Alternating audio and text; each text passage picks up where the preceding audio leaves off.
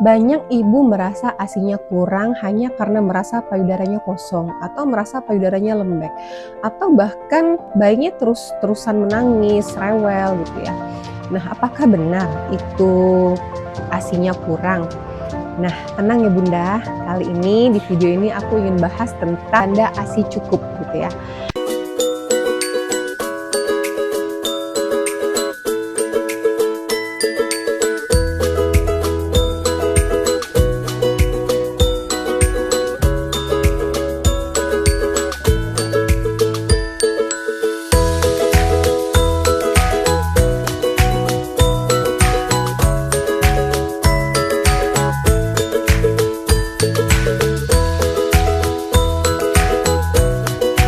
Hai, aku Bidan Sally dari Alanda Mom and Baby Care. Kali ini aku mau bahas tanda bayi cukup ASI ya.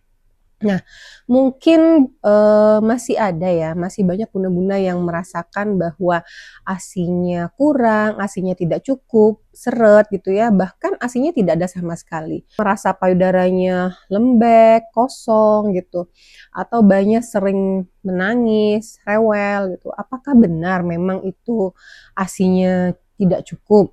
Kita bahas poin-poin pentingnya tentang ASI cukup atau tidaknya. Yang pertama, Bunda bisa melihat dari frekuensi pipis adiknya. Ya, ketika si kecil cukup ASI, biasanya bisa dilihat dari buang air kecilnya. Nah, untuk buang air kecil anak itu biasanya 6 kali ya, 6 kali dalam satu hari.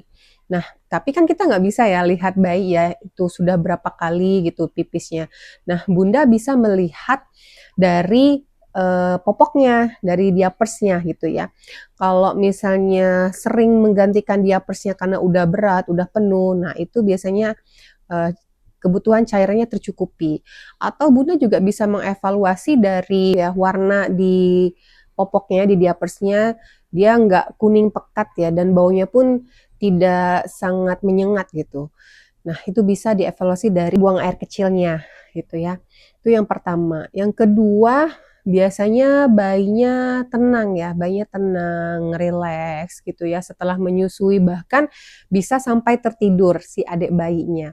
Nah, walaupun nanti si adik bayinya akan bangun lagi gitu, tapi biasanya setelah dia menyusui dia akan tertidur pulas dengan rileks gitu ya. Nah, biasanya mudah sih melihat si adik bayinya tenang atau rileks sehabis menyusui itu dari tangannya. Kalau tangannya membuka dari mengepal ya, kemudian dia membuka rileks, kemudian itu biasanya bayinya sudah kenyang gitu atau ASINya cukup.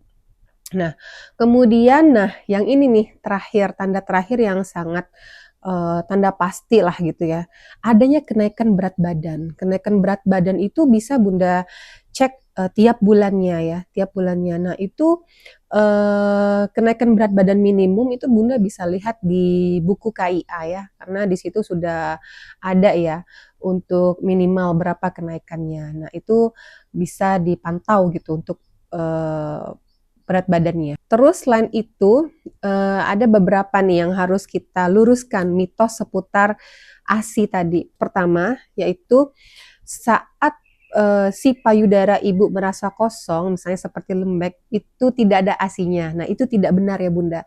Justru malah ketika payudaranya lembek gitu ya, kosong, artinya pengosongan ASINya bagus, maksimal. Artinya dia menyusunya full ya sampai kosong. Selain itu juga semakin bertambahnya usia, memang kondisi payudara kita nanti akan semakin lembut gitu, tidak yang tegang lagi pas waktu di awal kelahiran. Kemudian mitos yang kedua, bayi yang menangis ataupun rewel itu karena ASINya kurang. Itu belum tentu ya Bunda, karena menangis itu sebenarnya komunikasi bayi dengan orang sekitar dia ya. Karena bayi cuma bisanya menangis Bun. Nah bisa jadi memang pertama adalah lapar. Terus kedua mungkin dia butuh kenyamanan, misalnya kayak cuaca dingin gitu ya. Atau mungkin diapersnya kotor, basah, penuh gitu ya. Jadi dia butuh kenyamanan gitu.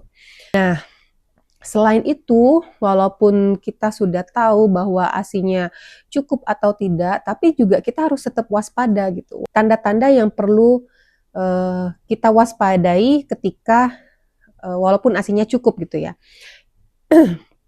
Yang pertama tadi pipisnya kurang, ya. Pipisnya kurang, kemudian misalnya gini, pipisnya kurang itu misalnya kita udah ganti diapers si adek jam 7 pagi. Nah, kemudian pada saat kita mau menggantikannya, taruhlah jam 12 ya, jam 12 udah lewat 4 jam ya, tapi masih kosong gitu. Nah, artinya itu bisa kita perlu evaluasi gitu. Kemudian yang kedua, bayinya tidak tenang ya, tidak tenang ataupun sangat apa ya, sangat rewel lah gitu ya.